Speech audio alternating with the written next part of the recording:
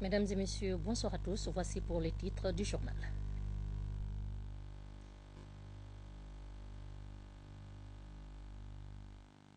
La nuit du destin où Laylatul Qadr a été célébrée la nuit dernière, les fidèles musulmans ont prié Dieu pour la paix dans le pays et pour eux-mêmes.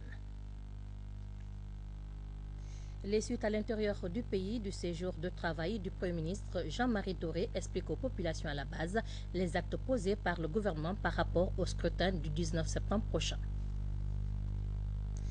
55 000 formateurs et agents électoraux sont à l'école de AIFES, une formation financée par le gouvernement américain à hauteur de 3 milliards de nos francs. Le ministre des Arts et de la Culture à l'ONASIG, Fodeba Istokera, veut s'enquérir de l'état des équipements offerts récemment et mettre le cinéma guinéen sur les rails. Au Kenya, sur le continent, le tourisme, c'est la faune qui attire les visiteurs. Le Kenya est donc considéré comme pionnier en Afrique dans le secteur géologique. Au Chili, le calvaire des mineurs bloqués à 700 mètres de profondeur se poursuit. Leurs familles ont pu les voir par vidéo. Encore une fois, bonsoir à tous. La Guinée, à l'instar des autres pays du monde, a célébré la nuit de Laylatul Qadr ou la nuit du destin. En Guinée, l'occasion a été donnée aux croyants d'implorer le Tout-Puissant pour la prospérité et la paix dans le pays. Ils ont prié également pour eux-mêmes, à signaler que Laylatul Qadr est la nuit au cours de laquelle le Saint-Coran a été révélé au prophète Mohammed, paix et salut sur lui, Abdoulaye Diallo, Mangamouri Kamara. La 26e nuit du mois de Ramadan ou la nuit de Laylatul Qadr est célébrée chaque année par les fidèles musulmans du monde entier. Dans le chapitre Al-Qadr, il est dit dans un verset, citation, « La nuit de Laylatul Qadr est meilleure à 1000 mois de prière. » Selon l'enseignement coranique, c'est lors de cette nuit que le Saint-Coran a été révélé au prophète Mohammed, paix et salut sur lui. Il s'agit donc pendant cette nuit de lire plusieurs fois le Saint-Coran, à faire des prières tout en implorant Dieu, le Tout-Puissant. En cette date anniversaire, les anges descendent avec la permission de leur Créateur pour être en contact avec les fidèles, pour rendre hommage à la grandeur et à l'unicité de Dieu.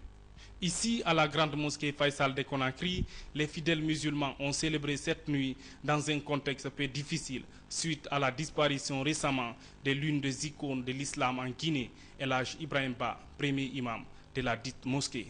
La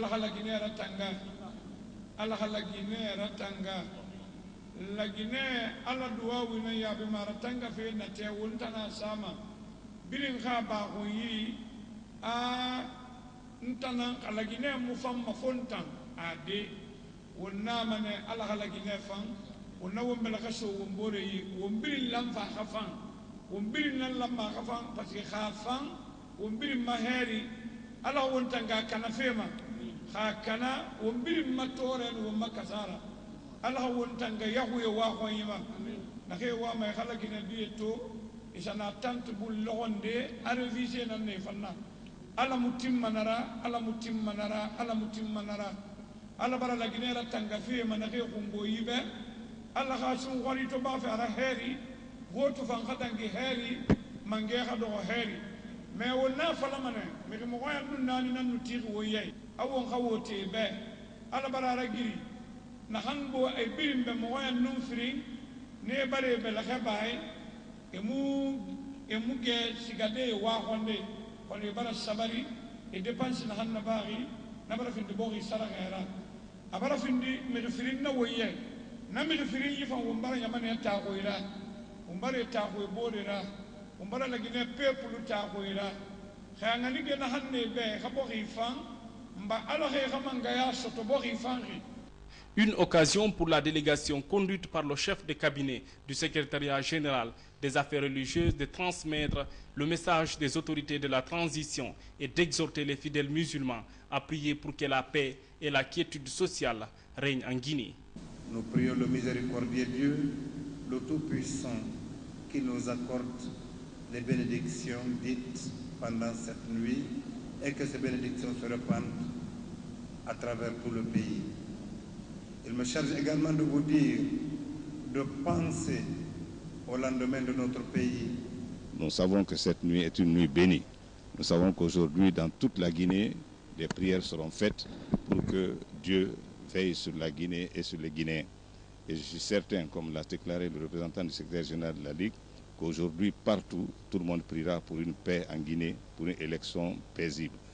De Kaloum à Matoto, en passant par Matam, Ratoma et Dixine, les fidèles ont massivement rallié très tôt les mosquées, malgré la forte pluie qui s'est abattue sur la capitale guinéenne. Je suis venu écouter la prêche, la conférence, faire les zikrs, faire des prières à l'occasion de cette grande nuit pour non seulement demander à Dieu de me pardonner, implorer la miséricorde d'Allah sur moi et sur tous les croyants, mais aussi c'est une occasion de me rappeler de l'existence divine.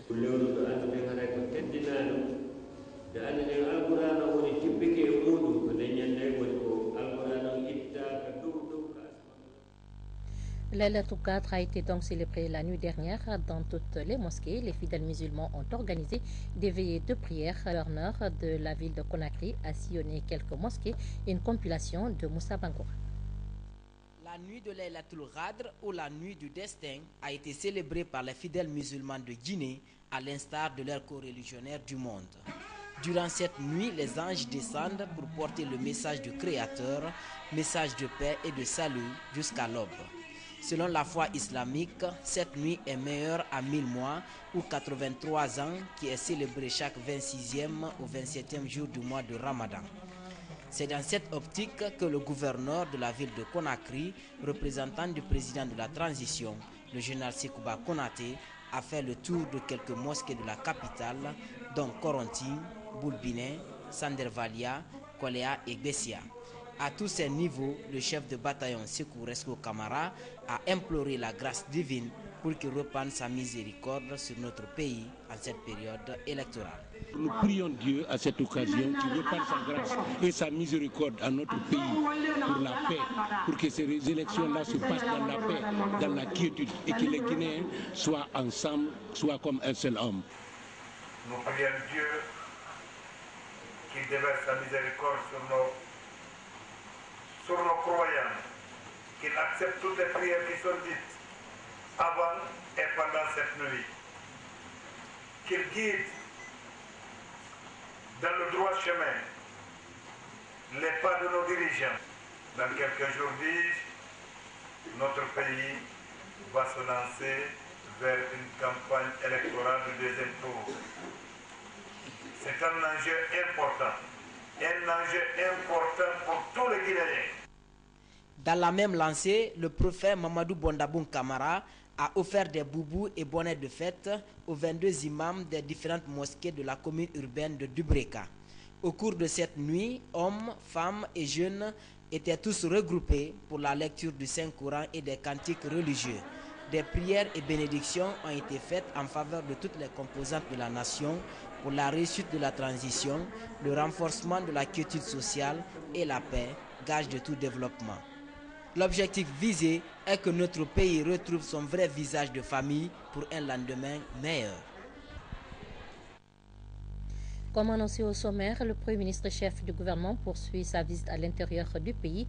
La mission vise à sensibiliser les populations sur les actes posés par le gouvernement par rapport au présidentiel du 19 septembre et les réformes des forces de défense nationale et de la sécurité. Compte rendu Adi Kamara Kabassou. Le Premier ministre chef du gouvernement poursuit sa tournée à l'intérieur du pays. Ce mardi, Jean-Marie Doré était l'hôte de marque de la population de Beila, située à 115 km de Kerouane. Zone minière par excellence, avec le mont Simandou, où plusieurs sociétés se côtoient et rivalisent d'ardeur dans l'exploration et l'exploitation future du fer. Beila est aussi une zone agro-pastorale dont le nombre de cheptels dépasse celui des autres régions de la Guinée forestière. Excellence, Monsieur le Premier ministre, je voudrais particulièrement mettre l'accent sur le désenclavement de la zone du Nord qui abrite 7 sous-préfectures constituant le poumon économique de la préfecture. Il s'agit des actes routiers Beila, Moussadou, Senko, Sokurala, par la route nationale numéro 18 et Beila, Yaragirala, Bakedou, Senko, par la piste rurale, dénommée la route de Gbana. Dans son discours de circonstances, le Premier ministre, chef du gouvernement, a réitéré d'abord l'engagement de son gouvernement de transition à œuvrer pour l'amélioration du cadre de vie du Guinéen avant d'insister sur la neutralité de l'administration d'organisation du deuxième tour du scrutin prévu le 19 septembre 2010.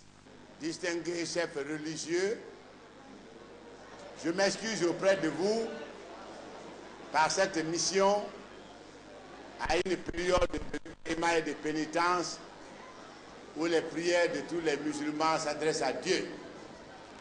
Mais aussi, il faut gérer la terre avec ses problèmes. C'est pourquoi, en début de tour, je suis ici, sur instruction du général Segouba Konaté,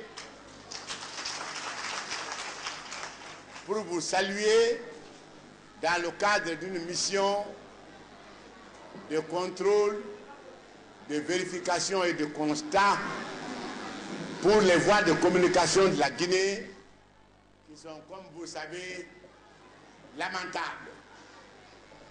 Il n'est pas digne, il n'est pas vrai, si on veut faire l'unité nationale, d'abandonner les routes. Parce que les routes sont les vecteurs des liens nécessaires entre les populations qui composent nos peuples, qui développent un destin unique et solidaire.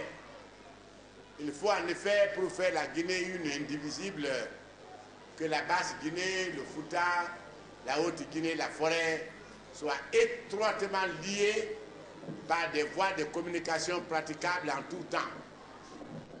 Or, imaginez-vous que pour aller de Kerewane à Beila, il a fallu 5h15. C'est intolérable. C'est inexcusable. Je suis donc ici pour vous dire que notre gouvernement va entreprendre un grand programme de réalisation de la reconstruction de nos routes et d'y faire avec les routes des villes qu'il faut bitumer les 35 km de voies urbaines de Sérékoré, d'en faire de même pour Lola, Massanta, Guéguédou, Kisdougou, et il faut que Beila soit définitivement désenclavé. Le gouvernement de transition, c'est-à-dire le gouvernement de passage d'un État antérieur à un État nouveau, doit organiser dans des conditions de transparence totale les élections. Il faut que le gouvernement organise les élections sans qu'il y ait de contestation dans le résultat. Que chaque voix qui sera donnée à un candidat soit comptée pour tel. Parce que la fraude ne bâtit pas un pays. On ne peut pas bâtir le destin de la Guinée dans la combine. Le constat est que le gouvernement a pris un élan patriotique et responsable pour que le futur président de la Guinée ait une légitimité incontestable. AIFES apporte son expertise dans la formation des agents électoraux pour le compte du deuxième tour de la présidentielle. Ce sont en tout 500 000 formateurs et agents électoraux qui doivent être formés à Conakry à l'intérieur du pays. Ces séries de formations font suite à l'accord 4 signé entre la CENI et AIFES sur financement du gouvernement américain pour un montant de 3 milliards de nos francs. François Lama. Le déficit de formation des agents électoraux, la problématique des opérations de la remontée des résultats après le vote, la gestion des kits électoraux et l'aspect légal. Ce sont là, entre autres insuffisances, à l'origine des irrégularités qui ont entaché le premier tour de la présidentielle. Le CNT, la commission voulait se rendre compte de vive voix comment se déroulait la formation des agents de bureau de vote, quel était le niveau de collaboration avec la CENI et exactement quel mécanisme on avait mis en place pour arriver à